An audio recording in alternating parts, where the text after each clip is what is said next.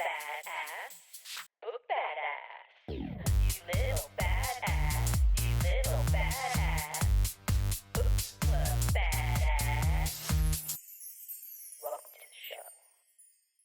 Welcome to Babs, everybody. So excited for another week of book reviews with you and diving in. I mean, it's not even a review because I think we only have one done right now, and that's yours, right, Ashley? Yeah, I'll review it. That's all I've got to say. No, I'm really excited to talk about three women who have lived some lives. Holy crap! And I've been in such a poetic mode, probably through reading these pieces because they just speak to my soul and they're very heartfelt. And I am so happy we went into the world of memoir and autobiography. I really think more people need to write because I was thinking. Katie's getting deep early. Are you ready to get deep with Welcome. me? I'm sorry. We're just jumping into the deep end.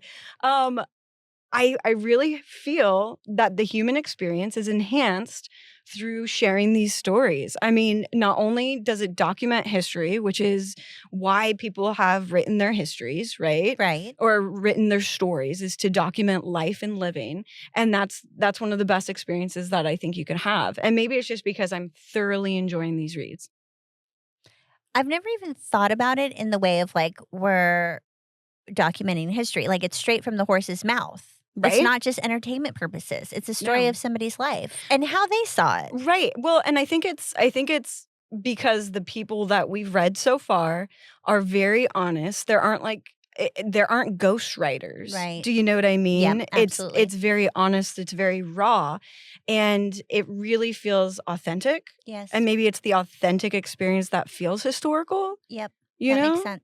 It does. I love it. I found myself, and I'll talk about my book when we get to that point, but just in general, I found myself a couple of times thinking, okay, you're writing the events as they happened, I'm pretty sure. Right. I felt a little bit like, are we tweaking our experience and our feelings about those events a little bit just to sort of get through it? Mm-hmm. But I think overall that's part of it. Like that's part of the documentation. It's still that person's feeling. That's the word, documenting. Yeah. Yeah, I love that. I love that concept. And I just feel enriched through the share. Yeah. I kind of hope that everybody does that. Yeah. You know? Yeah. So I hope everybody enjoys these. Yeah, I really do too. And I feel like I should just mention baddies. Yo, baddies. We love you. We love you. Feel free to like and subscribe. Yep. Let's do it. Hit that follow. If you're just like an occasional listener, please just hit that follow so we can keep doing what we love to do. This is not our primary occupation. Shocking, I know. We're so good at it. And we're here. But we truly love this. And I think I like our perspective with it too. We're just going to pick whatever we feel drawn to. Yeah. Yeah. Which is a little different, I think. If you're listening on your favorite podcast app, feel free to follow. Yep. Commenting is also fun. We will get back to you. If you're a YouTube bookie, subscribing to the channel helps. You'll be notified when we drop new episodes on Tuesdays or if we have any special bonus content. Yeah, I also like the idea of if you just want to belong to a club, just follow because that's your membership. It's exactly your membership card. You know what else could be one of the pieces of merch? I happen to be wearing, I'm sorry, this is not a commercial. This is my genuine thought because guess what? I'm wearing a good listener box She's tee. touching her chest right now. I'm pulling out the little emblem on the left side of my upper chest area. The back is also amazing. Just check them out if it's your fancy. That's a comfort color too. It's so comfortable. It is. I like it. It's cute. Okay, I'm sorry. I'm sorry that I had to interlude with our little "We're awesome." Make sure you don't forget about it. But we're only awesome because you're awesome. Exactly. And to be fair, the books that we're reading, that I'm reading, were suggested to me. And I think that's what makes the community. Like, I want to know some of the avant-garde stuff that's out there, or the stuff that maybe is not on the radar that should be, because to me, that's badass. And there's so much literature that sometimes we do get into that, like, modern, it's like watching the movie that comes out it's the blockbuster, I mean, right? we started to read Akatar, for goodness sakes. Which is the blockbuster. Exactly. Okay, because we want to know we're still, like, a part of society. Exactly. But I also like those B-rated films, not the most recent Jurassic Park, though. Ashley, I can't even get into it, you Okay, guys. you did mention that you had watched and were disappointed. I didn't ask for the details at the time because I felt like it was a little too close to your heart. It's too close. Okay. Yeah. Disappointing. Everything was disappointing except for Scarlett Johansson, obviously. Well, She's that's just just so life. natural. So should we jump into these books? Okay, please start us Okay, off if you'd like. Okay. I mean, one more thing. Thank you, Canada. Oh, Canada, thanks for making us very high up on your book podcast list. Okay, so if you are a Canadian listener, I didn't even think about it, but you deserve a shout out. We made it top 100 of book podcasts in Canada on Apple Podcasts, which I think is really dope because we're newer to Apple Podcasts. Yeah. So if you are Canadian, we love you. Thank you. You are our badass besties from the north. I love that. And if we keep rising, so if you please share our podcast, because if we keep rising, we're going to do a celebration in your honor. That sounds really fun. Yeah, and if you're not from Canada and you're from a different country, like, let's go. Come on. Oh, yeah, competition. Healthy competition. Healthy. It's all about books, guys. All right, so we're getting into it.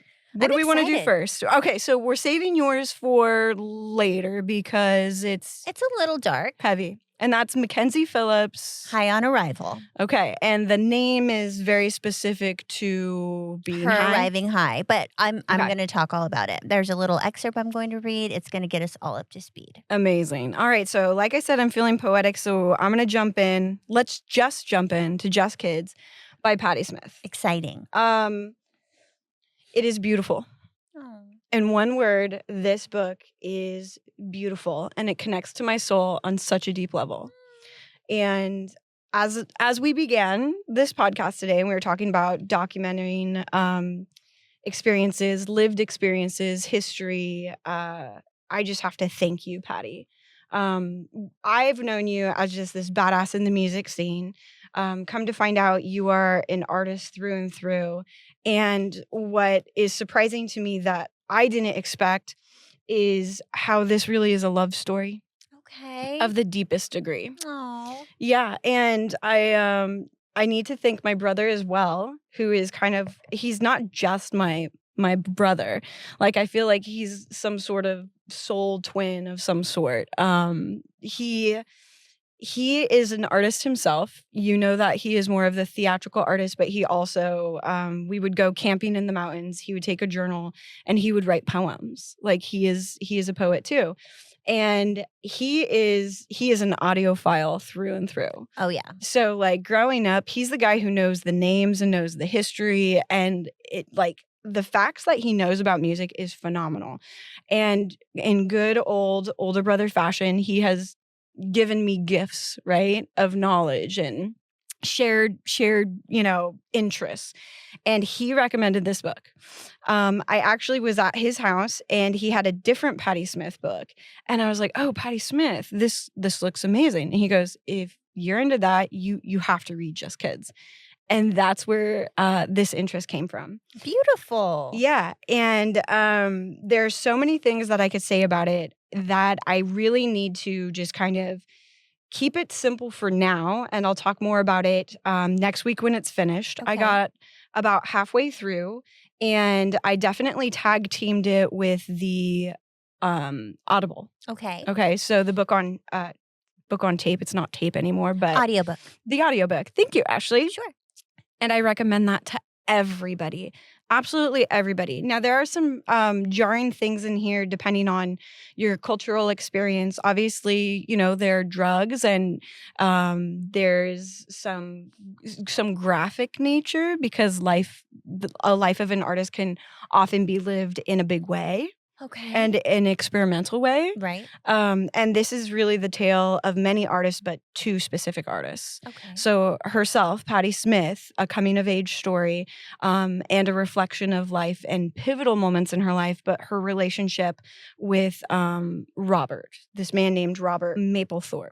Okay. So if you are aware of the artists or art during the 60s, 70s. He is someone that is really quite well known, but specifically his relationship with Patti Smith is remarkable. Was he a musician as well? No, Okay. he was visual artist. He was a designer, Like a clothing designer? jewelry, Oh, okay, things like cool. that. As I'm coming to know, but I'm going to learn more about him through the story, and his role in the art world. Very parallel to Andy Warhol, Okay. and almost how sometimes like you have a popular artist in history, and then it becomes very like niche and very popular and very much a part of a culture. And then underneath you have people who are doing it and probably doing it better. Right. Okay. Yeah. And just not as known. That's the feeling, or that's my understanding of Robert. Now, at a point, Robert becomes very, very graphic with his photography. From what I know, there is a lot of gay, in your face, like this is a statement, like very statement pieces. Okay. So, if you don't like things that are very graphic, you probably won't want to go down this, rabbit hole. But there's so much more to an artist than just what is consumed by the public. Sure. And that's what I love about this book is you get the insight into a world of artists developing. And and how she writes, Patti Smith being a poet, how she writes is so beautiful. And like I said at the beginning of this, in one word, this book is beautiful. And part of that is the prose that she puts in there and how she phrases things.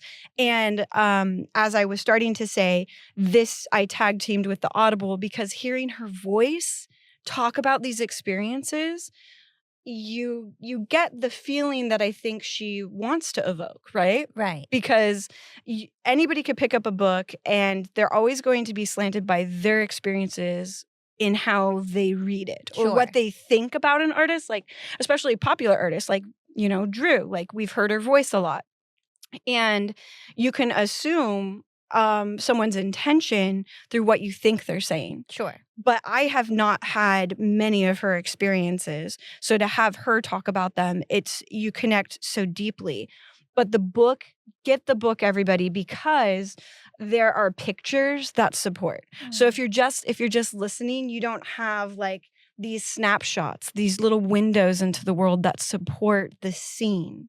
Does that make sense? It makes perfect sense. And it really is a time capsule. But the beginning is less of a time capsule of their story. And they are just the kids, right? Right.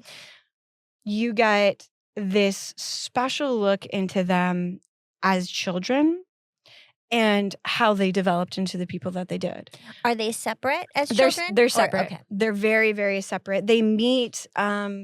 it's clandestine.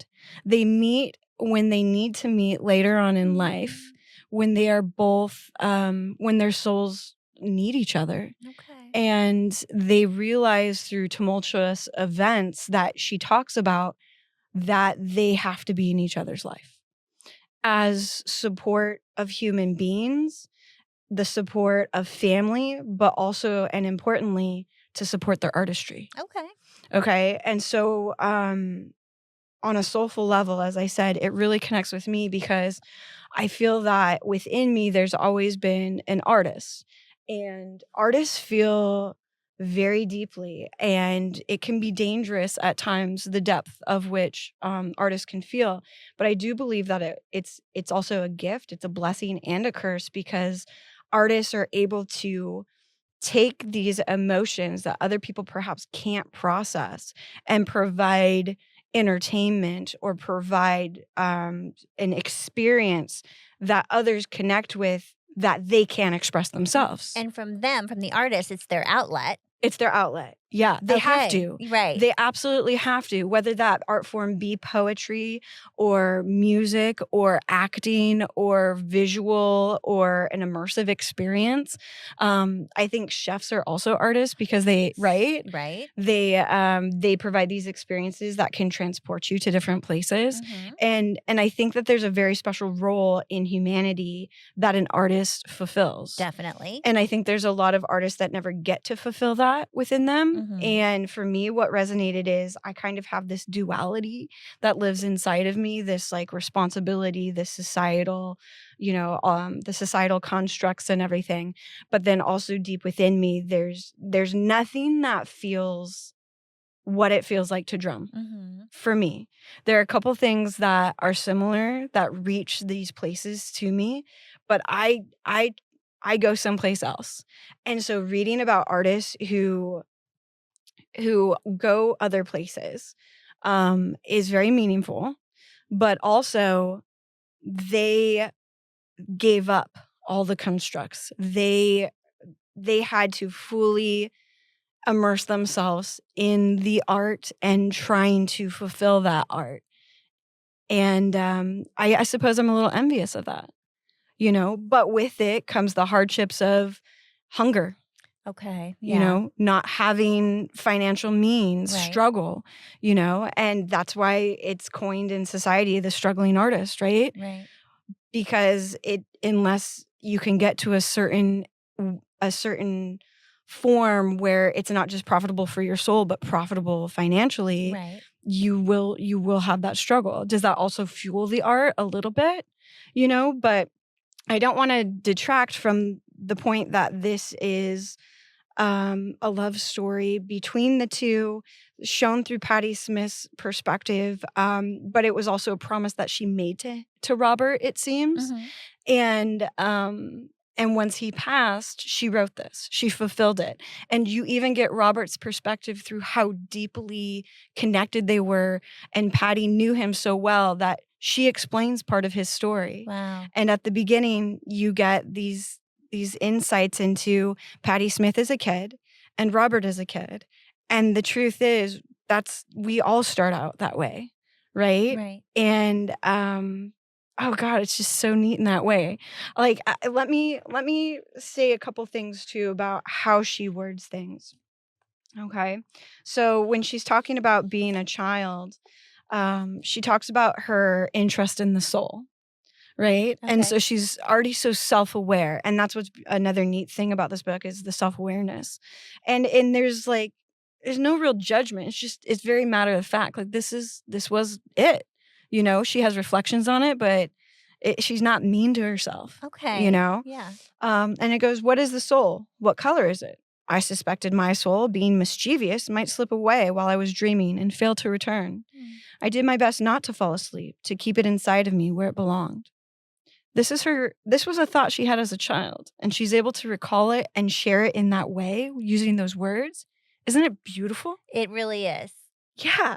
I'm speechless. And then later in the same page, she says, my small torrent of words dissipated into an elaborate sense of expanding and receding. It was my entrance into the radiance of imagination. It was my entrance into the radiance of imagination. So the book is a work of art. I believe so. Yes. It's a work of art. And I've heard 2 sentences. I mean, and so when you're listening to her share it, honestly, it's indescribable for me. Yeah. So thank you. And then, so this is really neat too. Here's the section on Robert, pre her knowing him, because they shared so much of their lives that she became familiar with as much as he felt comfortable sharing, right? Okay. He wasn't certain whether he was a good or bad person, whether he was altruistic, whether he was demonic. But he was certain of one thing. He was an artist. And this was after he had an experience creating a piece of art and once again, what an amazing way to phrase it, right? Yeah. Yeah. I know. I have nothing constructive because I just want to hear more from Patti. Yeah. I'll share a couple more things. I did get about halfway there at Hotel Chelsea, which is a super popular fancy hotel in New York. How they get there, she's very forthcoming about the adventure they took. And Robert was in a very, very bad way. Okay. She had reconnected with him at that point in life after she had gone on a little bit of a journey herself, because he they had gotten to a bad place, as oftentimes through growing pains people experience. He had some experimentation with homosexuality, which was very challenging and difficult and contradictory to his Catholic upbringing. And he loved quite a bit of that piece of him. And then he did a bit of LSD use, and that can alter someone's brain chemistry, obviously, and their reactions to things. But he was sickly when she saw him. And that was kind of a turning point where they knew and made a promise to themselves that they always had to be in each other's lives. So it was like they had grown so much together, and then they started to diverge, and then there was a lot of pain that occurred, and that pain caused them to realize that they're better together. No matter what way they were going to be together, they had to be together. Beautiful. Yeah. So it's this incredibly deep friendship. And there was a sexual component as well. I was going to ask, is there like a romantic element? Okay. Yeah, and romantic is a much better phrase to say it. But it's very raw, it's very honest, it's very forthcoming, which I think gives this vulnerability that allows you to dive in. And I can't even keep one train of thought because there's so many thoughts I have with this. So this is an artistic tribute to the love of her life, or her soulmate in a way. One of her soulmates, one of the deepest form. Does she mention other men, like other relationships? She does a little bit, and I'm confident that we are going to get some more resolution into the direction that her life takes and how the relationships evolve, because the foreword actually begins with Robert's death. Oh, okay. And she does talk a bit about how she spent time with him towards the end. But I do want to share the first paragraph of the foreword, because after getting halfway through the book and watching these people's lives, and they're not characters. They're characters in all of the sense of like they're very rich in character people, if that makes sense. Like they're very interesting people to me. They're complicated, like a good artist is. There's a lot of facets to them. But going back to the beginning is just so heartbreaking, knowing the life that they shared together. I was asleep when he died. I had called the hospital to say one more good night, but he had gone under beneath layers of morphine. I held the receiver and listened to his labored breathing through the phone, knowing I would never hear him again. So I can't help but getting choked up. Like at the beginning, when you're first presented this, you don't have a personal connection with these people. And then as you read and you just like see how they were as children, and then how they were as 20-year-olds, which still very much children trying to be adults and figure out your way. Yeah. And then to also know that society at the time that they were becoming young adults did not like who they were, and they had to find the right path and be honest with themselves is just beautiful. You know, it's I mean, how many times have I said beautiful, guys?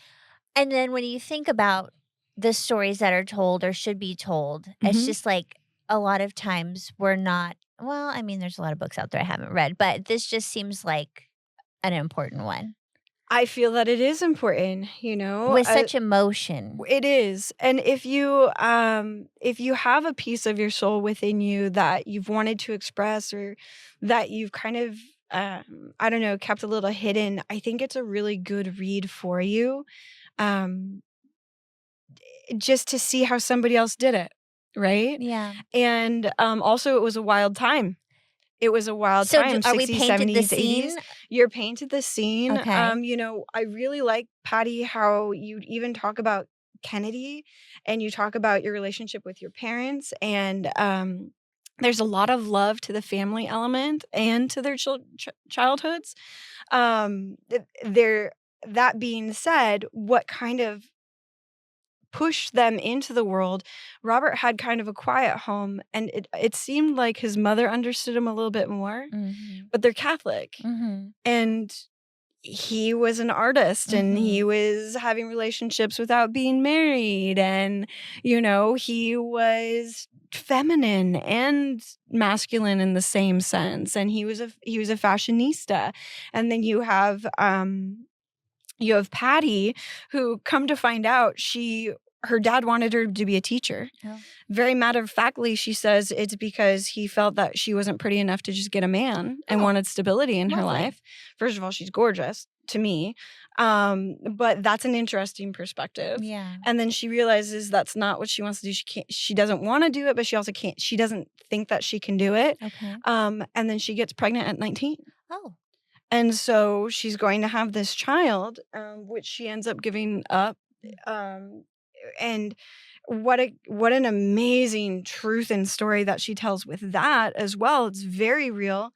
And she is so loving towards the young kid that she got pregnant with. And she just talks about it as this tender experience. And she doesn't have any blame. She quote, relieves him of responsibility. I mean, such big events and feelings, but it also is kind of what started her. It kind of pushed her, right? Because she could no longer conform to these ideals of society, because she's a young, unmarried girl who's pregnant. Right. And she is bohemian and artist, and, in many, and losing, giving up. I don't even want to say giving up, but finding another home for this child, like it's so meaningful to her, and she struggles with some of the big emotions that come with that later in life, and it's just a part of who she is, right? And so I'm right now, being halfway through, there's this evolution, and I can't wait to see where it goes. I already know that she'll continue to be vulnerable and raw, and we're about to get more into the music scene. But the other cool nuances of the book, she's in this hotel, and at one point she's in like a bar or a restaurant, and there's Jimi Hendrix and there's Janis Joplin, and then Grace Slick comes by, and Patti goes, "Hey," or "Hello." And she goes, "Hello yourself." And that's a moment where Patti goes, and that's when I knew this is where I belonged. Wow. Yeah. And it's like, it's the predecessor to so much of her life. I talked so much, you guys. Thanks for going on this journey with me. I just wanted to hear more. Okay, I'm glad we are going to have more time to see how it wraps up and to go into it further. So who should be reading this? Who should be reading this? Besides me. Artists of any form of life. I think women, maybe who want to feel a little empowered, or who have had these challenges themselves in their lives. Anybody from this era, I think, could appreciate and have maybe had some similar experiences. Anybody who's into history or anthropology, because it's a documentation of that time as well, but specifically told in a raw, genuine, authentic, in-your-face way. Okay. Yeah. I love that. Mm-hmm. I can't wait to hear more. Oh my gosh, I'm in love with it. Thank you. I haven't read yet, but it sounds like you've really left a gift here. Bad Ass. Thank you. Thank you, thank you, thank you. And, for me, because books, when you read a book, it can be very intimate. I could have easily finished this before seeing you guys, but I'm really trying to savor it. Yeah. This is a book for me that I want to savor. And when you hear the prose, hear how words are written and put together, it's funny because I'm staring. My head is on the microphone. If you're not watching, I'm staring at Katie holding the book, and I'm thinking to myself, "You're halfway through. There's so much there, and it's beautifully written. You haven't even made it through the whole book. The book isn't huge, no. So I can only imagine just how dense and how are you writing so beautifully, but still like so quick to get your points across? Because I'm just looking at like how much you've said, how much she said, and how much physical paper there is in the book. It's surprising to me. So all the more better, I'm guessing. Yeah. I mean, really. Yeah. So every word on that page is just meaningful and purposeful and beautiful. And I don't know though, like Patti, I hope you're listening to this because, like I said, it's a tribute to you. It's a thank you to you for doing this and expressing yourself. But I kind of get the sense too, she might like be like, you know what I mean? Like I wrote that in a month, and I mean, it just was her life, and her being an artist, she just was able to eloquently, but I would say dutifully, because there is a sense of duty to Robert in sharing this story, right? So I'm not saying that it wasn't thoughtful. It's definitely thoughtful, but it's not like some of the books we have read where like she's not trying too hard. So effortless. Okay. Effortless. But profound. Thank you. Again, I haven't read it, but I'm getting the Katie's version, and it's amazing. Here's the thing. I'm just like so in shock and awe for who I am consuming this.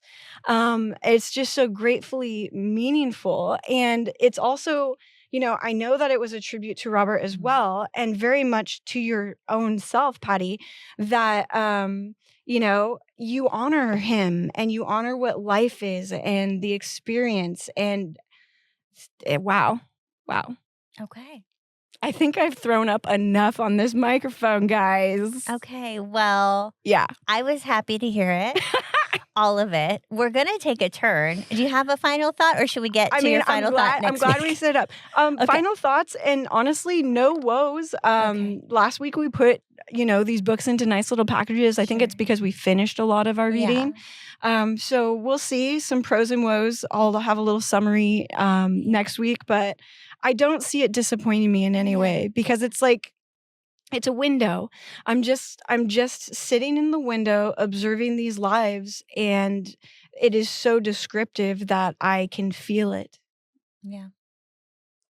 I was going to say beautiful again. I know. I will come up with a better word for it. Okay. No, or you don't have to. Or I don't have to. Yeah. Okay, I need to sip my coffee. Okay, Can I sip my coffee? Yeah, actually? go ahead. So that's actually great, because it's a good starting off point for me to transition into Mackenzie Phillips's High on Arrival. Woo. Because you know what? This book, in a way, is full of woes. Now, they're not all mine. And as I'm sitting here thinking, like, what are my pros and woes? It's easier when it's nonfiction, when it's a story and you can, you know, dissect it. Because how am I supposed to say, well, I didn't really like how you felt about this one, Mackenzie? Because guess what? I didn't really like how she felt about a lot of stuff. Okay, so it's kind of like, I'm so glad we started with Chelsea Devontae. Yes. If you're still listening to us, Chelsea, I still got it for you. Because that was kind of the idea, right? Yeah. Like, you know, we don't want to judge somebody's life. Yeah. Well, and in my head, and I'm going to jump in here in a minute, but in my head, I'm just like, how can this be how you feel about this? Like, are you just saying this is how you feel? It's for you to get through recurring or remembering this memory or going through your life? Or maybe this is just really how she feels. And it's not my job to be like, okay, you spent enough time in rehab, but you need more therapy. I think this is a good point. And because we're between books, let's talk really quick of what we would suggest. Katie and Ashley would suggest as a roadmap for how to approach these books. How do you approach like a memoir or autobiography with like this? Well, for me, okay, so I'm just going to also just make this specific to Mackenzie for a minute, because I do want to say, as we move forward and I start talking about this book, I did finish it. I'll only be talking about it in this episode.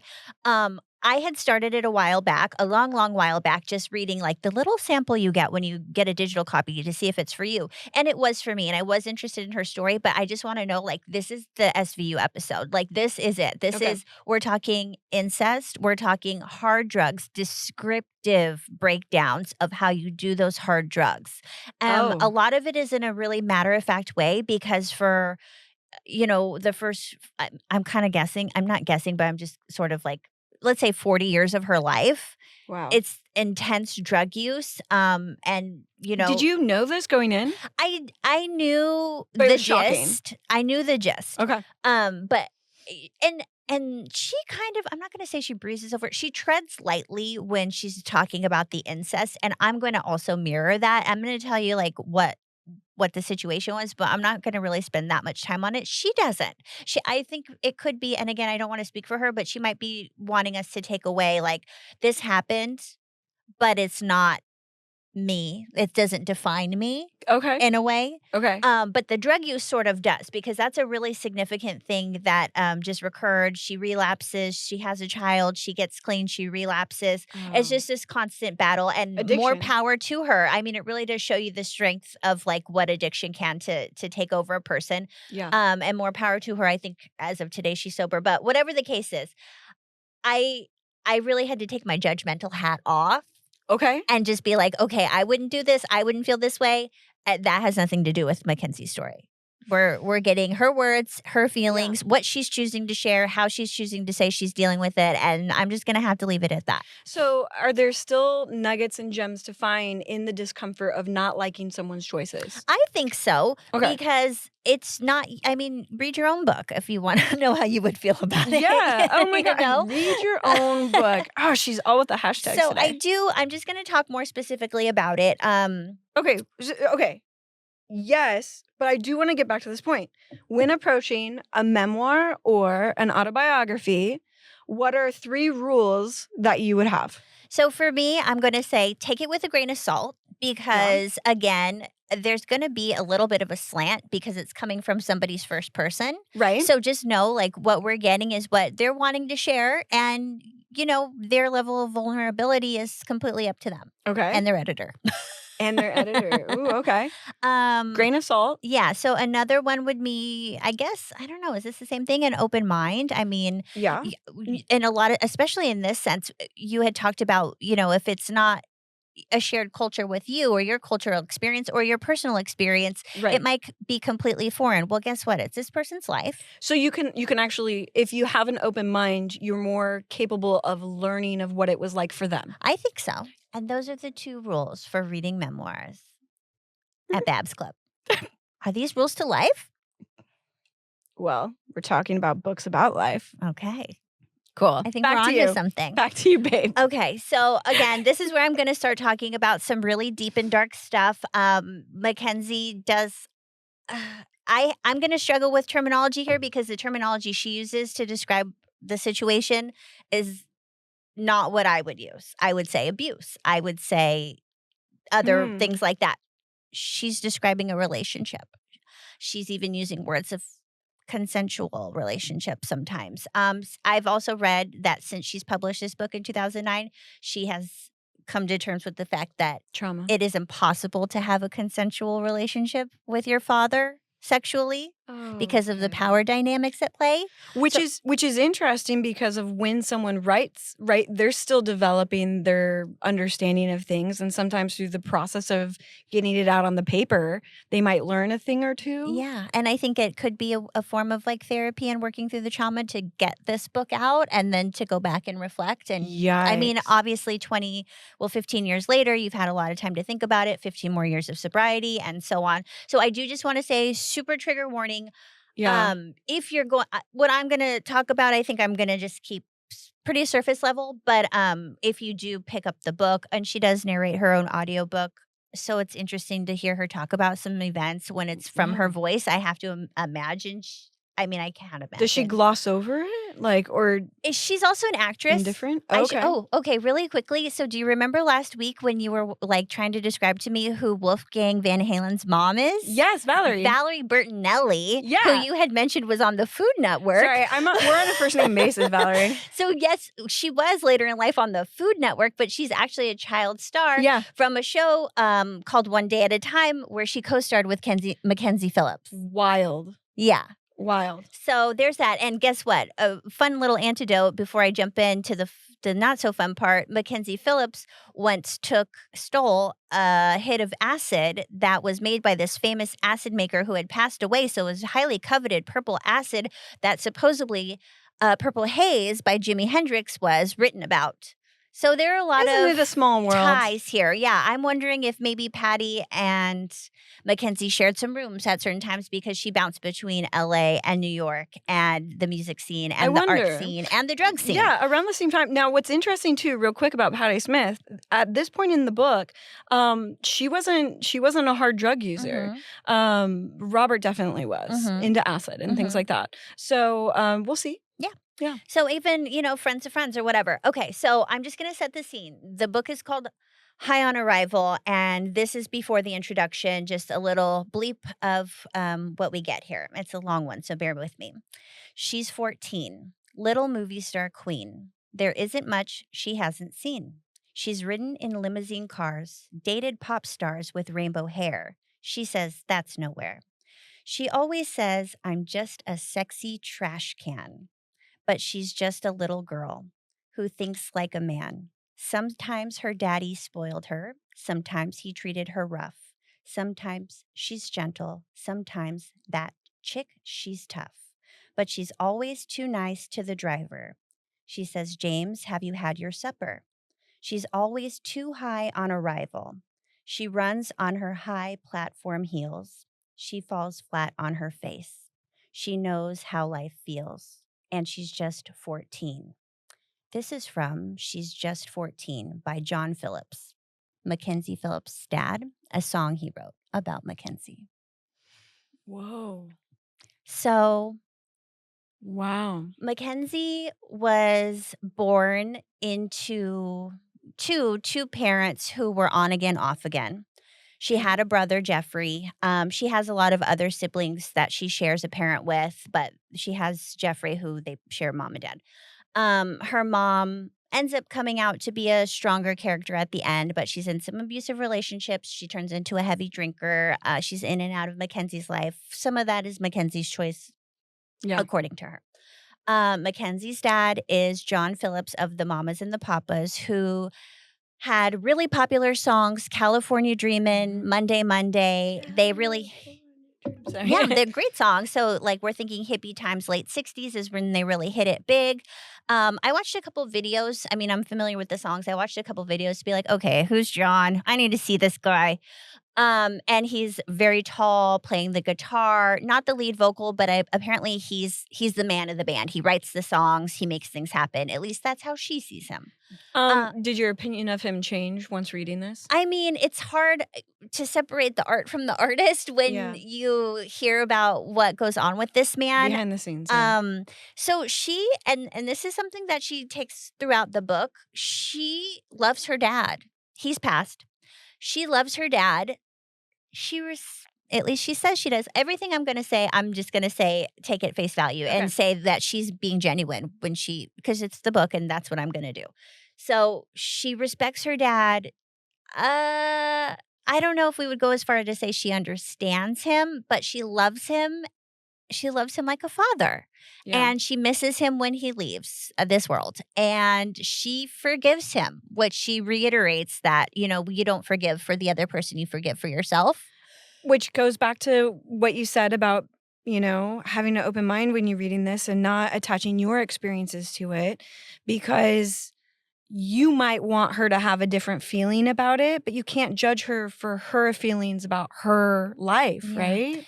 And she, you talked about like with Patti and Robert, how they're stepping away from social constructs as artists and just sort of kind of fulfilling that artist creative person, that passionate person.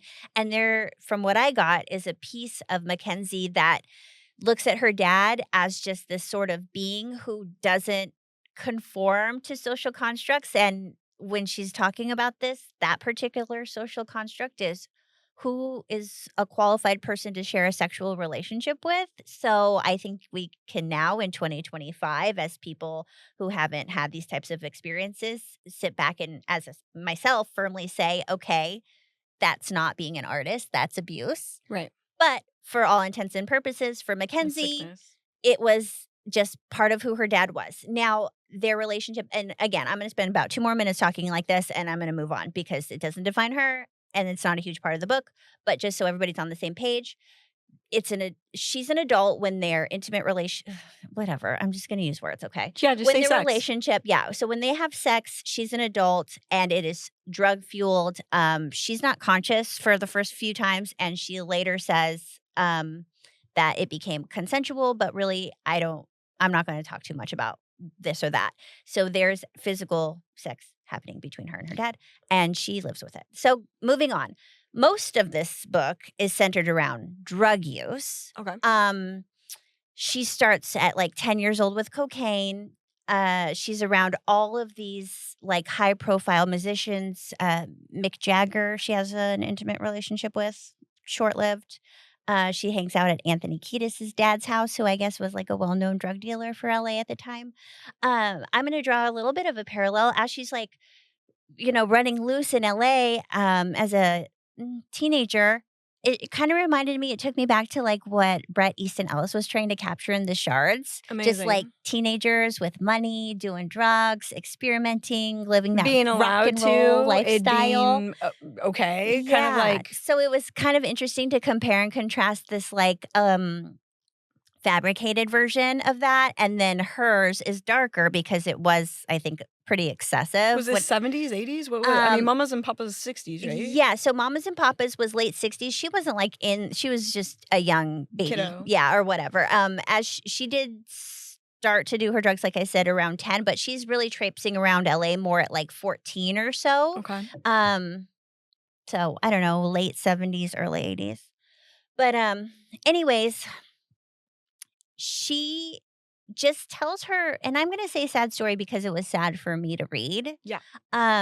Now it's just a piece of her, but she tells the story chronologically from how she's born into this family, what the life was like, and a lot of it was really interesting to read. I mean, the dad is just renting out mansions, thrashing them, and then moving along. But as a kid with no adult supervision, she was really just left to hold her own. And Who's her mom? just this woman who doesn't end up living like close by. There's a point where she remarries to a really violent guy, and while Mackenzie does want to stick around and feel like she can provide some sort of Yeah. safety or comfort for her mom, and granted she's only like 13 at this point, it becomes clear that he's going to start being violent and aggressive towards Mackenzie, and Mackenzie's just like, okay, I'm not dealing with this. Okay, so all right, well, it kind of makes sense. It's not okay, but dad is more than dad. Yeah. Dad is supposed to be this safe place. Right. Dad is the provider. Dad Yeah. also is supporting drug habits Yeah. and the party life Yeah. and these things that make her feel comfortable and safe. Yeah, and it's really all she knows. I mean, she really does say, like, at no point did she have like a safe parent or a person who would like parent her or comfort her And in a that's the way. sadness. So what she gets is her dad who provides. There's a reoccurring theme that he doesn't show up for her at all. He'll say, hey, yeah, you need to get out of there. Come to the airport. There's a ticket waiting. Well, there's never a ticket waiting. She Yikes. reserves seats for him to see, her show, her TV show recording, or anything, an award she's going to get. He never shows up. He's going through wives. They're usually younger, but not underage. He has kids with other people. So we're not supposed to judge, but I don't like him. No, we don't like him. We definitely don't like him. And don't get me wrong, she knows what he's done is wrong in a lot of different ways, but she's just so forgiving. So overall, the story is really dark. There are not that many silver linings. There are moments that she has some peace, but then another sad thing happens. By the end, there's resolution, and her son have a good relationship. Her and her son's father end up having a pretty good relationship, and she gets sober, which is super important because she doesn't die, which she realizes is the alternative. And she's fairly healthy, at least that's what she shares. And it's just really one of these stories that it's like, I don't know if everybody needs to hear it, It's a survival story. It definitely is. And I'm really happy that she wrote it, and I'm happy that I read it too. But it's really dark and it's really graphic. I mean, we're talking like needles all over the floor. And she's very apologetic, and I'm sure they've worked this out personally, but she goes into detail about how she parented and like what she exposed her younger siblings to and her son, and like decisions she made while pregnant and while he was a young baby. And it was just a lot of drugs, and it's a really ugly picture that's painted. I mean, I'm really glad that you're sharing this because as someone interested in the music scene and knowing her through our generation as just being this figure of a person, and then to hear that, it's very jarring. Like you said, it's difficult to not have that influence your perspective of somebody, right? It seems like a survival story. It really is, and that's the takeaway. The takeaway is like at the end of all this, at age 65, because that's how old she is now. Hey, Mackenzie. It's really, you could say, miraculous. I mean, what a strong woman to have gotten through all the things she's gotten through, been able to forgive herself, and just like continues on every day. Honestly, like she does understand that it was the power of the drugs for the most part, like and not to mention just like she didn't have anybody for a Right. really long time. She was Right. doing a lot on her own, and like she navigated Hollywood. I mean, she had a manager, but like she navigated Hollywood, and she like had a successful career that she ended up getting fired because of her drug use, but she came back and she was in Yeah. more stuff later. I don't know. It's pretty intense, but it's pretty miraculous that she's able to just like still be with us and just continue on and have a happy So ending. I'm curious because, like I said, listening to Patti, I love her voice. For me, how she says things, I connected with. I talked a lot about how she writes and phrases and describes. What's the tone of Mackenzie? Like, how is she as a writer, or how does she? I mean, obviously, we know the descriptions aren't of things that make you feel comfy and warm. Yeah. But Her tone is matter of fact. I'm listening to the audiobook in her own Yeah. words, and she narrates like it's I don't want to say it's lacking emotion. I just feel like there has to be so much emotion associated with these stories that she maybe took a step back, put on her actress hat, and was just like reading the pages off the page, or the words off the right, page. like maybe It's- as she was writing it, it was. I mean, it's so heavy. She, like many people who write periods, she kept journals.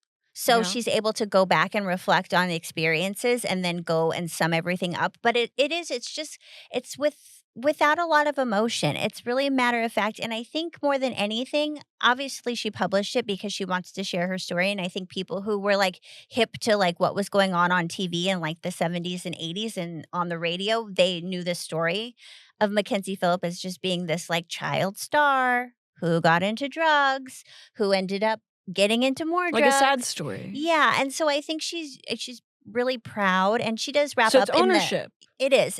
In the afterward, she does talk about like more recent changes and like what's going on with her, and it's all good stuff. So if I was talking to Mackenzie, I wouldn't want to be like, oh gosh, this is just such a sad story. I mean, it's her life, Right. So it really is a tale of survival. It's just she's so honest. Is she too honest? No, I don't think it's too honest because it's her story and it's what she was comfortable sharing. But it's really a lot as just like a mother, as a person who's had addiction issues myself. Like it's a lot to wrap your head around, that just the story of like going back and forth with sobriety and like what she's dealing with her family. And she has an aunt and some cousins who she has community with. Yeah. But she ends up doing a lot of drugs. She ends up losing a cousin to drugs. And it's just a really wild ride. And it's hard because you are talking about somebody's life to like put a Right. stamp on it that Right. way. But I just want to say, like, I'm glad I know this story. And I think it was just sort of like a bit, I don't know if she felt like she owed anybody an explanation, but it really felt like an explanation of like, if you were tuned into TMZ when I was arrested for trying to get heroin on an airplane, like this is where all that led up to. Yeah, and I just said ownership. I think that's the beautiful thing about when someone does write a memoir or an autobiography, because it's their chance in our society that's like so judgmental. It's their chance to say, look, if you really care, if you really want to know why I made those choices, who I am and where I come from, here it all is. Yeah. And maybe for herself too, that's a way for her to make sense of it. I think so. And there wasn't blame. Like, Interesting. not to personalize it again, but like if I had gone through some of the stuff that she has gone through with her family members, maybe she's worked through it, but like I would feel like, hey, caveat, I'm this person because holy fuck, my childhood, and holy shoot, like this thing that happened. But she doesn't blame anybody. She takes responsibility. She really does. And how can you take responsibility? I'm going to get dark here, so warning, but for like doing hard drugs while you're pregnant, or like doing hard drugs in front of like your child sibling, like all these things that it's really monumental that she can just come out and be like, hey, I did that shit. Does she have regret?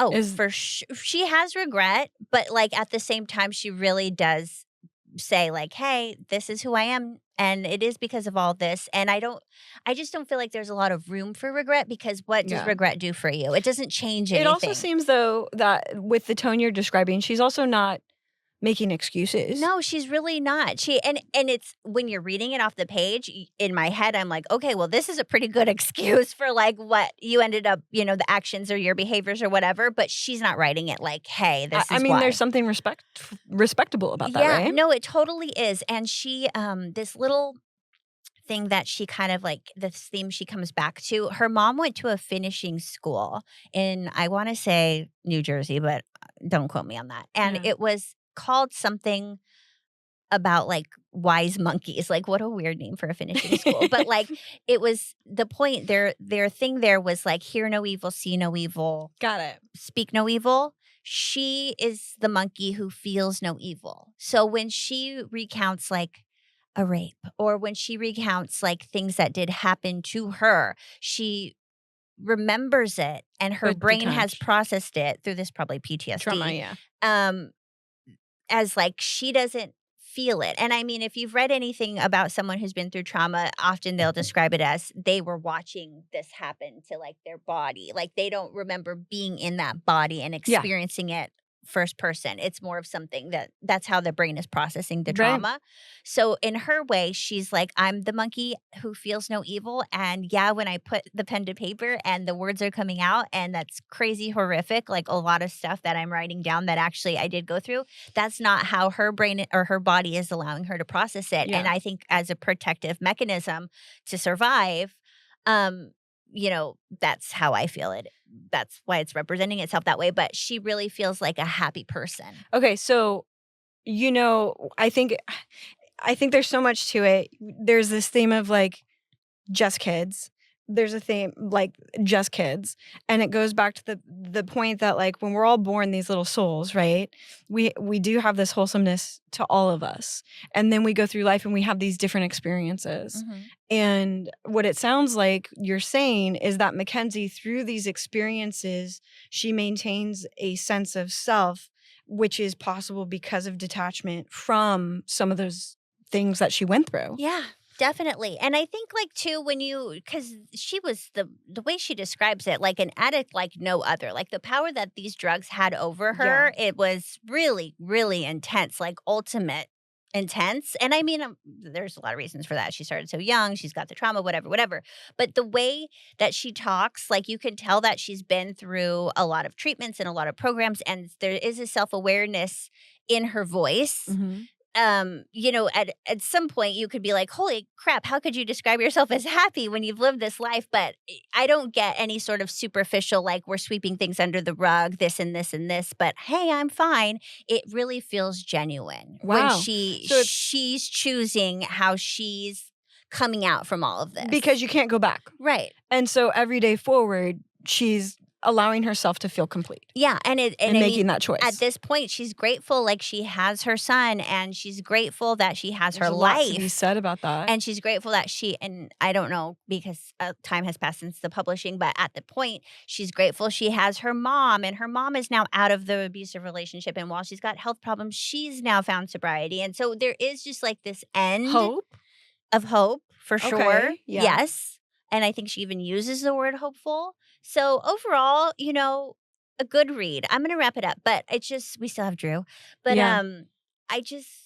if you feel like you're in the mental space to be able to handle a really, really dark story, I definitely would recommend, especially if you're someone who maybe was around for like her hit TV show and you do have a little bit of interest in pop culture celebrity, because it is a celebrity memoir, but it's really, really deep. And yeah, it's super dark. So again, super major, biggest trigger warning. I love this for you. We are such like... We are just so night and day. And it is so great. Like, I'm so happy. Look at me over here. Life is beautiful. And you're like, let's get into the slums of LA. Heroin. Incest. I love that for you. I love that. And I love it for me too. It's good to bring it out. And like, I think what's so refreshing about what we're doing right now is it takes the veil of illusion and it pulls it off. It just pulls it off, because all of these books, all of these stories about famous people, right? it shows you they're people. Yeah. And like our society is so big on going, this is what I think this person is, and I'm just going to enjoy that. And for better or for worse, like I'm going to cast that judgment. And then these books are their opportunity to go, no, this is what I want to share with you. And unfortunately, like it almost feels like Mackenzie felt obligated to. I don't know. Is there It a sense kind of of that? felt that way. Like there was certainly like she described like while she wasn't like doing anything for someone else, like she obviously didn't get Yeah. super high and get caught at the airport with drugs because she wanted everyone to see her that way. Yeah. But at the same time, she does have seems like in her identity Right. like this public figure that Yeah. people grew up with or were Yeah. really familiar with. And so there was sort of a sense of like, okay, well, I'm still here, so maybe you do want to hear from me, and if you do, please, like, here it all is. Well, I think it's super brave. I love that these people, these women, these badass women Yeah. are being vulnerable to share that. Yeah. And I feel lucky that we're able to go to our store, pick up the book, and read their pages. And also, too, I'm Their definitely pages of their lives. and this might be a good transition, but it really does. Well, it has made me think about because I didn't watch One Day at a Time. I know 2 songs of Mamas and the Papas, but like it really did make me think. Like, okay, like entertainers, artists, creatives, Right. people that you're describing when you talk about Patti and Robert, like the people who do end up making money off of being entertaining for the rest of us.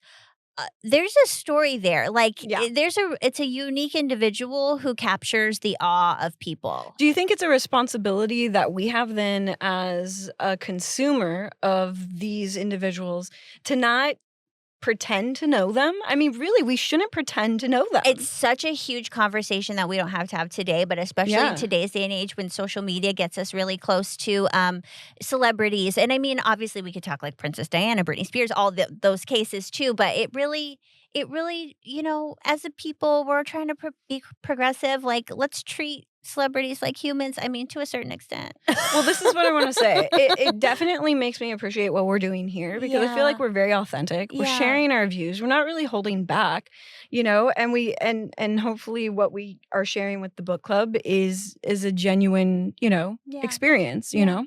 But Well, heyo. Speaking of genuine experiences, should we talk Wildflower? Let's talk about who I have always felt close to, right? Like, so this is kind of funny. I'm just like, I just got over my spiel about not pretending to know somebody, but I have felt a connection with this specific actress. Well, with that being said, it's natural that you're going to find somebody out there when they're putting their side that they want to show on display, and you're going to resonate.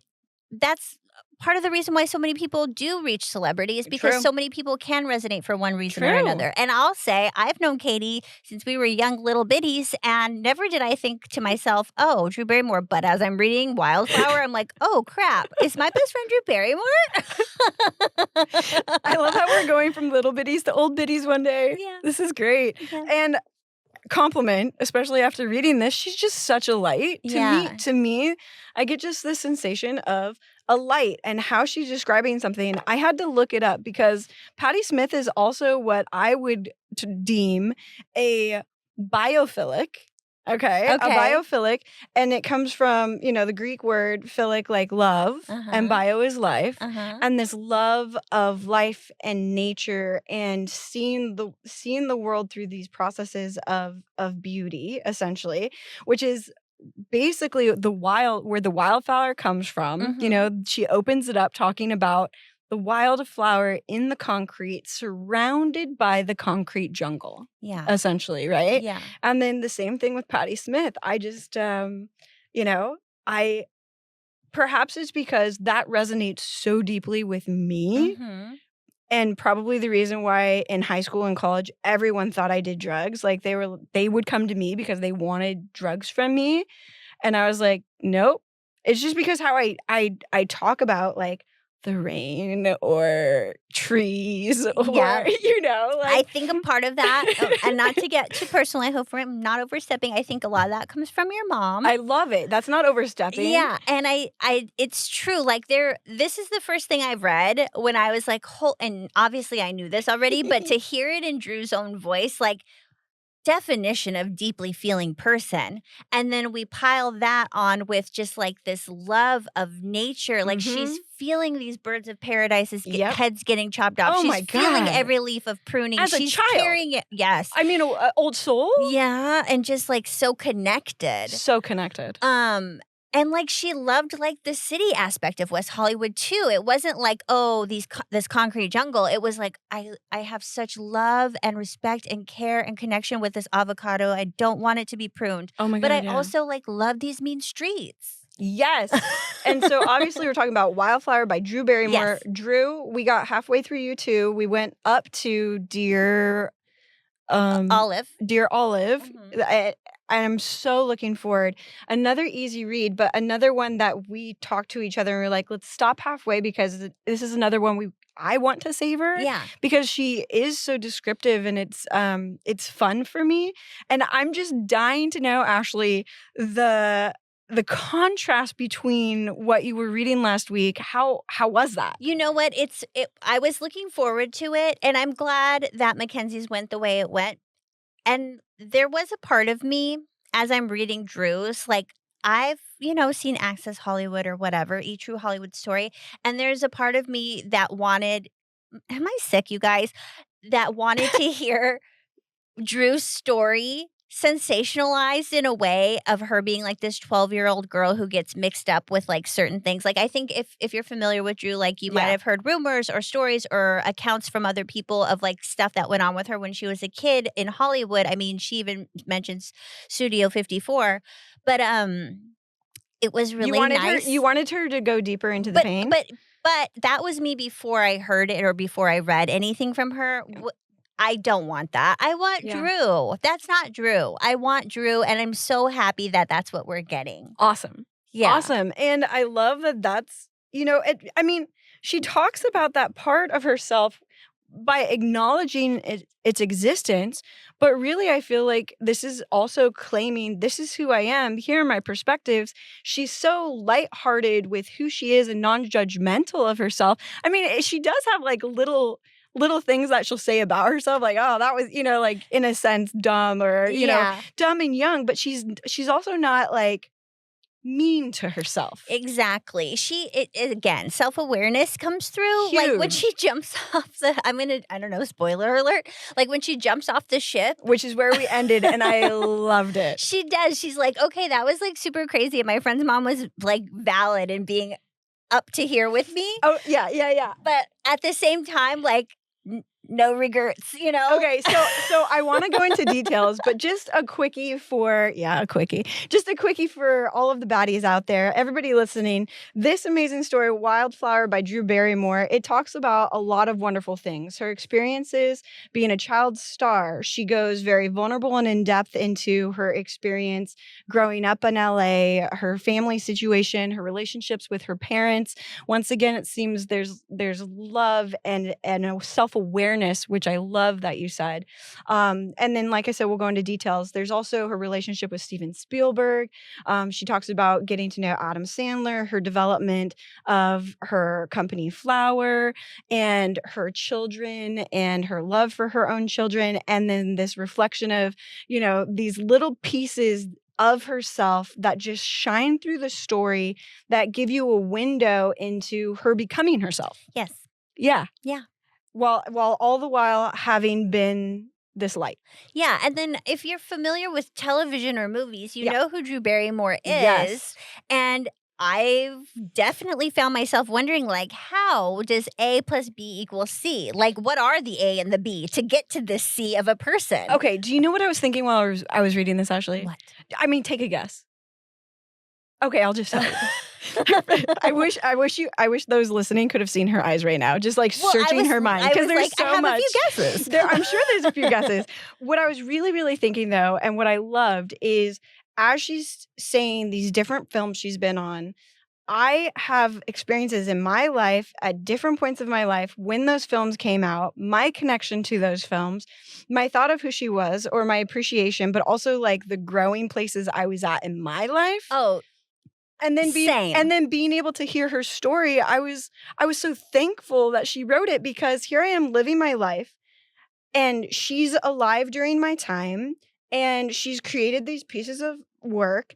And we're fortunate enough to be able to get the behind the scenes. Yeah. She's giving it to us. I don't know if we're just like the perfect age, but like True. Drew was just so in your face, but without being like, I never got sick of her. No. She mentions, have you ever seen the movie Bad Girls? I am so, okay, I'm sorry, I almost threw her back. I'm so glad you said that because yes, I have. And I thought she was so badass. And it's interesting her perspective on it. Yes. But she also wanted to give confidence to like girls and women. But it was like prostitutes going back and being bad girls. And I loved it. I was into cowgirls. I wanted a cowgirl movie where they were cool. And she was the character that I was like, hell her. yeah.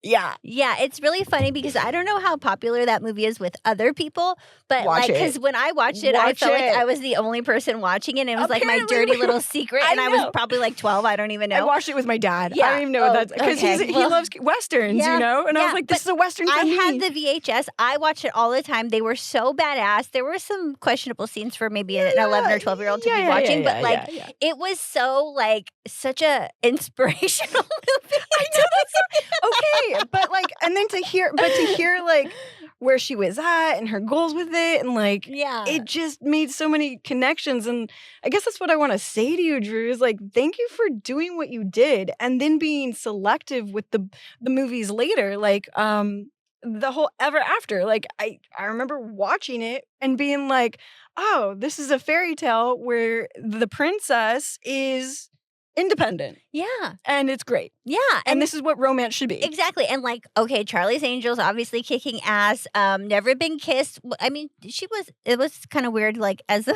adult going back to high school, but like the overall message, like it was such a good movie. Yeah. I don't know. And there's many more, but man, Bad Girls.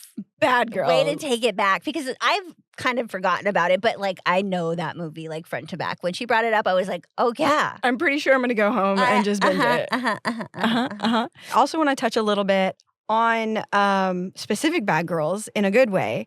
How when she does reflect on these wild times, she mentions someone particularly famous as a 14 and 16-year-old apparently, and her name is Cameron. Yeah. Who knew they were such good friends? I mean, maybe several people. Yeah, but, you know, it's like they, Drew, you do a great job of like painting the picture of what it was like growing up in that time and just the people that you grew up surrounded by, I suppose, and how you connected with this person. And you also very much, I think, you know, you kind of tell her story a little bit. Like, I don't know, I fell in love a little bit with Cameron also. Yeah. And by Cameron who? Cameron Diaz. Yeah. Also of Charlie's Angels fame and so many others. So when they went to Paris for skydiving, I immediately was like, oh, I hope everything goes okay, because that place is infamous. Allegedly for being and not kind Paris, of France. sketch. We're talking about California. Oh yeah, they're allegedly infamous for being kind of sketch over there. So I was like, okay, I hope this ends well. And there was a part of me that was like, oh my gosh, are they not going to do it? Because these guys are losers. They were such losers. And it's like, hello, I understand like the Cameron of it all, but like Drew, like, come on, show some respect. Like, she's also hot shit. Like, what the heck? Okay, first of all, though, the like rubber ducky, whatever. What was she wearing? Like the a banana suit. But what did she call it? Toucan? I don't know. Toucan. I think she did.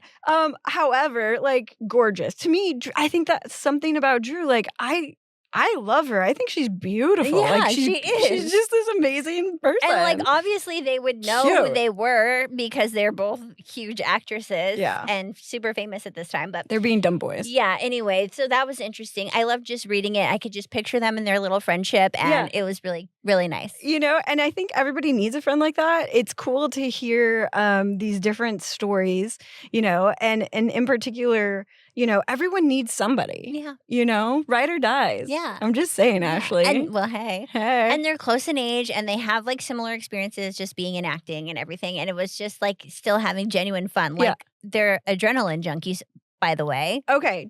To be honest, 2 points to that. I didn't know that her and Cameron were that close. Yeah, me neither. Yeah. And I didn't, hearing about her growing up as a Valley girl explains kind of like her dialect, I suppose. But we kind of grew up in that age too. And True. being from California, True. I felt very natural. Yeah. And but this adrenaline junkie, like chapter Bronco. Yeah. Let's just say chapter Bronco. Yeah. What were your thoughts on that? Hell yeah. Yeah. And you know what? We talked about self-awareness. Okay, you guys, there's this super fun chapter. If you haven't been reading, we're going to tell it to you. If you've been reading, you know exactly what we're talking about, where she reflects on like this time where she's just impulsive. Yeah.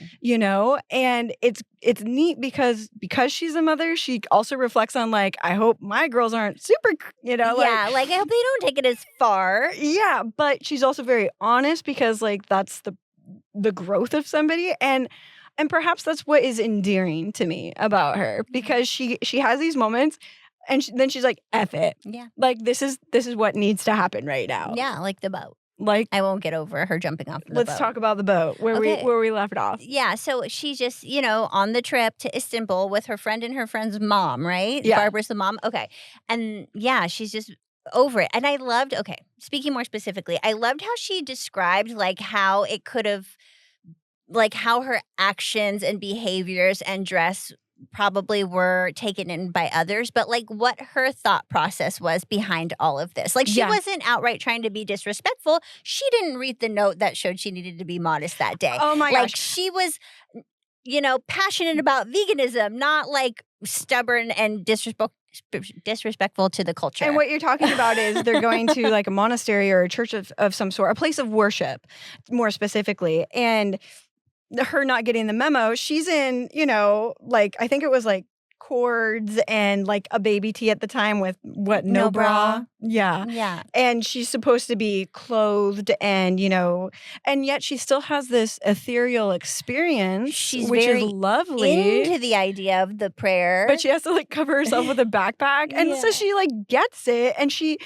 in hindsight, she's totally aware now of what Barbara was probably feeling. But basically, this woman is convinced by her daughter and Drew Barrymore, her daughter's best friend, to go on this trip with her. Like they basically jump aboard her midlife crisis. Right. Literally. Yeah. And then they quickly realize that it is a bunch of middle-aged women having the same experience, and they are fish out of water. Yeah, everyone's going to eat, pray, love. Yeah. And Drew and her friend are 19, and they ready want to to go like on a cruise fuck ship. shit up. Yeah, exactly. And her friend's kind of goth, and just like, I also love her complete understanding of her friend Mel, I believe. Ashley. She didn't want to get off the boat. She can see the pyramids from the hotel room. She doesn't need to go to Egypt. Hilarious. And, I think we also talked about the Bronco without talking about the Bronco. Basically, they're out partying on New Year's Eve, and her beloved Bad Ass Bronco, everybody knows the kind that she was talking about, gets stuck in the parking garage because the parking garage closes and the gate's down. But in her mind, she jumps into where she can get into the parking garage, gets in her Bronco, and gets the idea, we're not going to miss the next parties.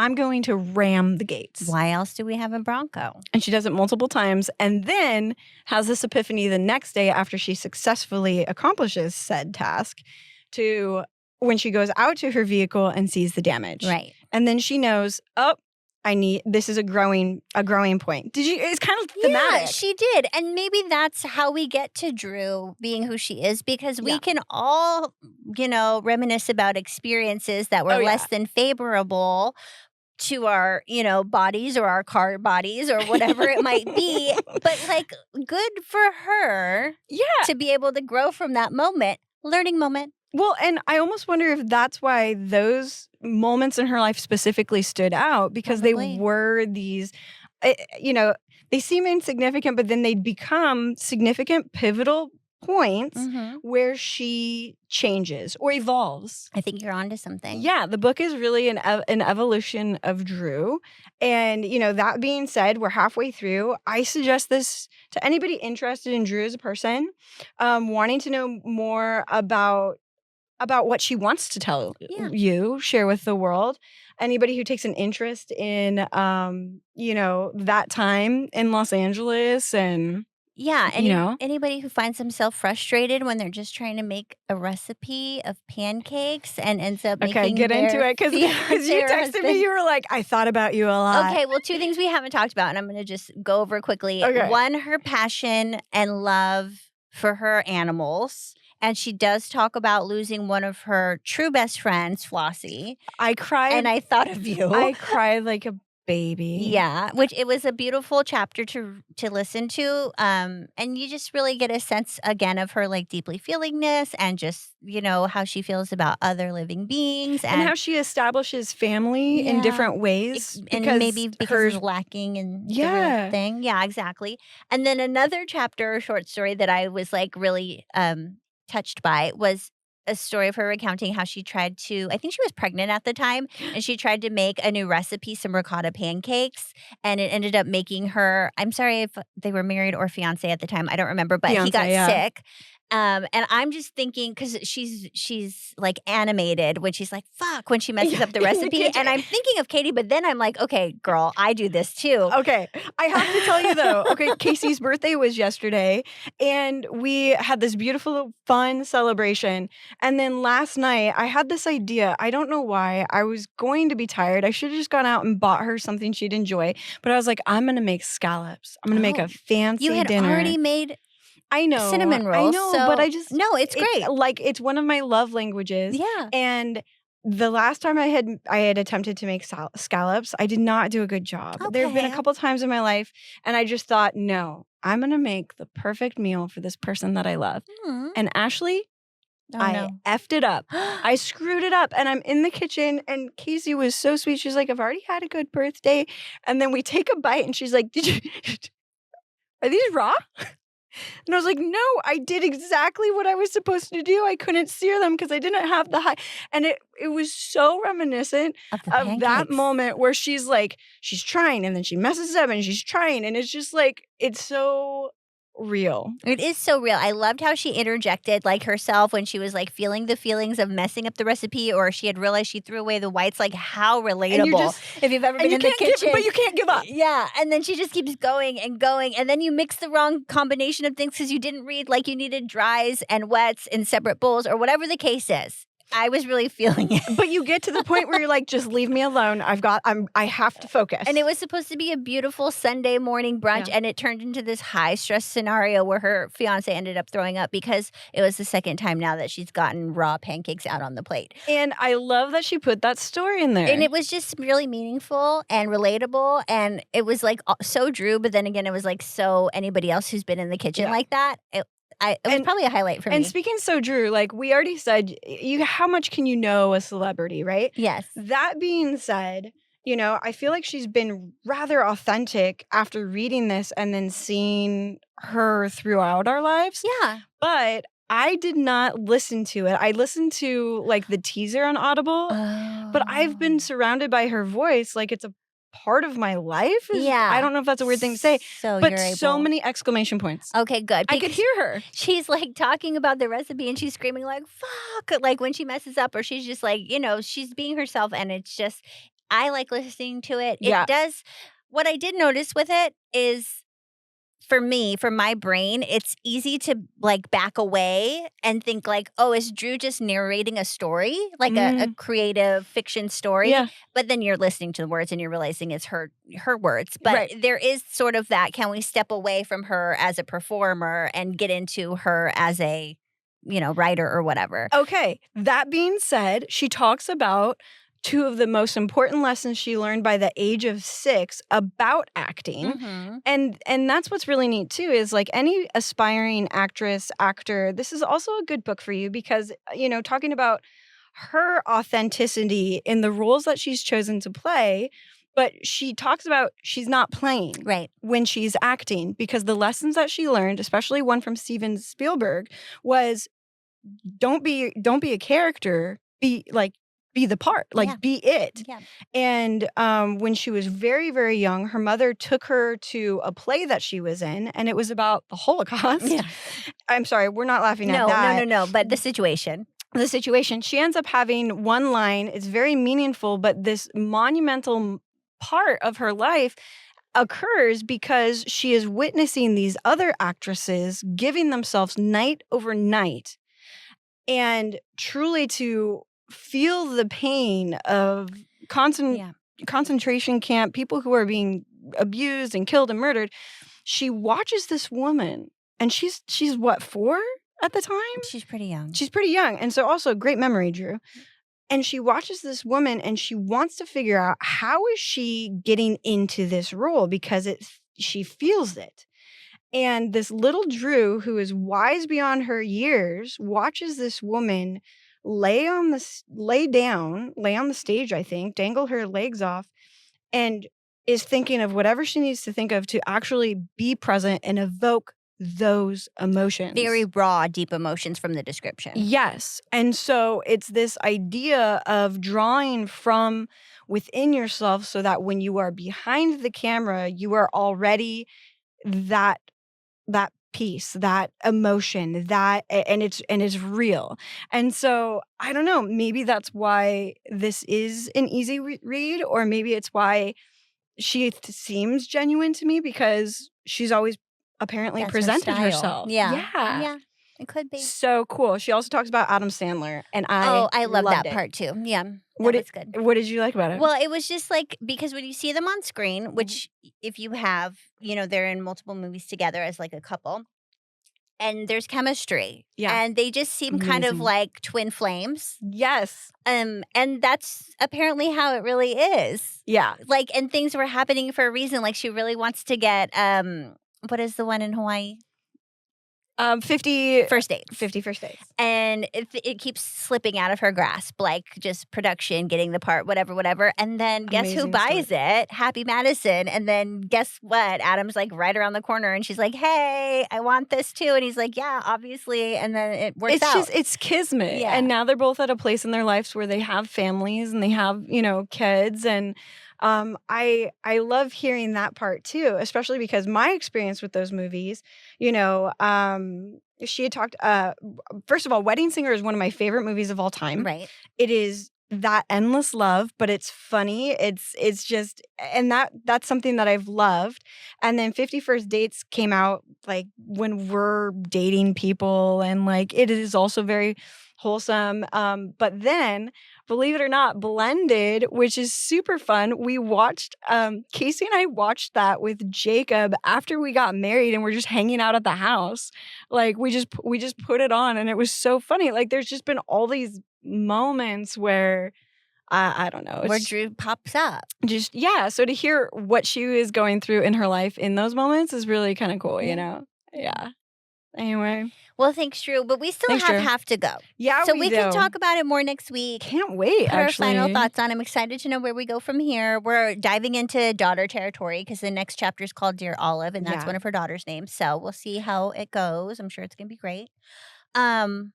Do you have any more thoughts? Because I'm gonna finish Just Kids, which is great. Also, since we're diving into what we're diving into, so I just, like I said, both of these I probably could have finished this week, but I really want to just enjoy them. Yeah. Because I'm also learning from them, which I think is a really neat thing. Yeah. So thank you to Drew, and thank you to Patti.